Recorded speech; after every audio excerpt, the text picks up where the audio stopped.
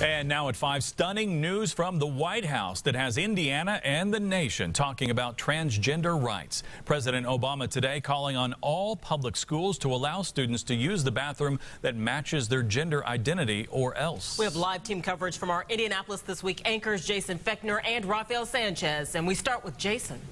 Todd and Erica, the or else part of it is that public school districts don't follow these guidelines. They could risk losing federal funding. President Obama, the White House, sending a letter to all public school districts across the country today, basically saying this: boys who identify themselves as boys should use the men's room or boys' room. Girls who identify as girls should use the girls' or women's room. Transgender students, though, well, they should use the restroom that is consistent now with their gender identity.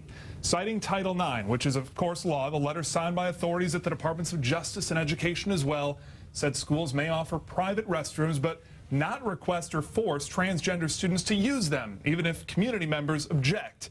The guidance from the White House comes in the wake of several debates in districts nationwide. Some video there from a fight in Vermont. And North Carolina's law now tying restroom usage to one's biological gender, not their gender identity.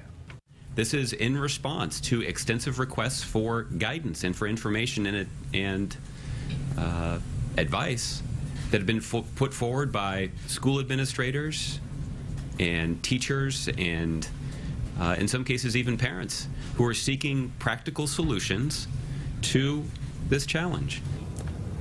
Once again, this guidance is based on Title IX, which does not allow discrimination based on one's gender identity or transgender identity. The guidance is not law, but rather the administration's interpretation of Title IX, which is law. As you can surely imagine, this whole debate and controversy has generated a lot of comments and opinions, especially on RTV6's Facebook page today.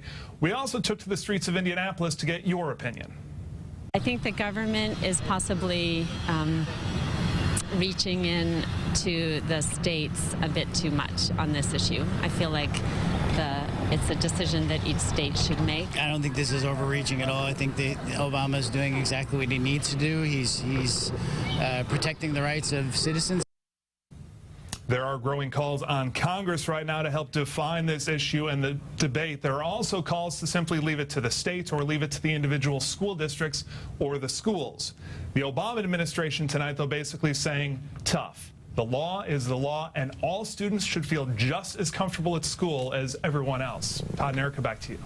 Jason, thank you. We reached out to Glenda Ritz, State Superintendent of Public Instruction and the leader of Indiana's Department of Education. In her statement to us, she says education is a civil right and no child can learn unless he or she feels safe. In Indiana, we have already seen schools take steps to ensure that their students and staff feel safe regardless of race, religion, sex, or gender identity. I support their efforts and will continue to ensure that all students have the opportunity to learn in a safe and welcoming environment.